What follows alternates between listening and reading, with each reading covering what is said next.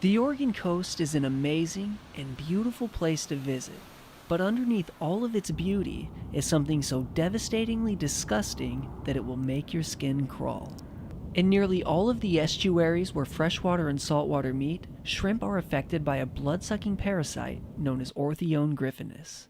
Today, we're on the hunt for some shrimp that are infected, and this isn't the first time an invasive animal has infested this area. As some of you know, there are worms in the blackberries you eat. But that's for another video. This mud is so soft. You just sink in it, and it's really thick. So once you sink, it's kind of hard to get out. Finding these shrimp can be pretty difficult. Once you find them, picking them up can also be pretty difficult. Dude, come on, I'm trying to help you. To those unaware that this parasite even exists, it might just look like an ordinary shrimp. But it's under the gill flap of the shrimp that the parasite likes to hide, draining the shrimp of its blood, nutrients, and inhibiting reproduction. Notice the small male attached to the top of the large female. And here's the area of the female parasite that's used to feed off the shrimp. I hope you're feeling better now, Willie. Let's see if we can save the day for a few more shrimp.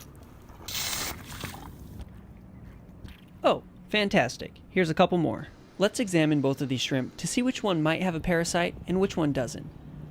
Notice how this shrimp has thin sides with no protruding bulge. And take a look at this one. You can easily tell that there's something bulging underneath its gill flap. This is evidence of a parasite. And while shrimp lack the cognitive ability to comprehend pain, it still might feel some discomfort being handled. However, it's way more beneficial for the shrimp to have the parasite removed because it gives the shrimp a second chance at a healthy life. I hope you little shrimp have a very awesome weekend. Researchers believe that these invasive parasites were brought into the United States back in the early 70s or 80s. While the parasites are thriving, hosting off of the shrimp species, the shrimp are suffering a dramatic decline in their populations. Go out there and save your species, Jennifer. Parasites can attach themselves to one or even both sides of a shrimp. Luckily for these shrimp, they've only got parasites on one side. And another important fact about these shrimp is that it's mostly the females that are affected by parasites. In fact, almost 90% of all female Euphoebius shrimp are affected. While the shrimp are burrowed down inside of the mud, these parasites swim into their gill flaps and hang on using their little white arms.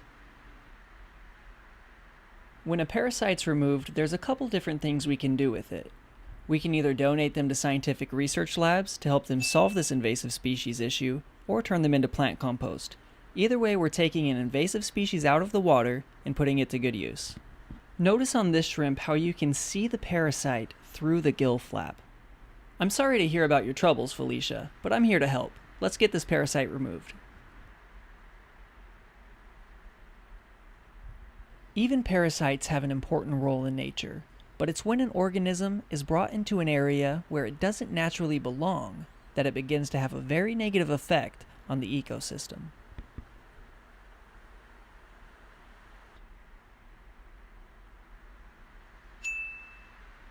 Now I realize that removing a few parasites out of countless millions isn't going to solve this problem.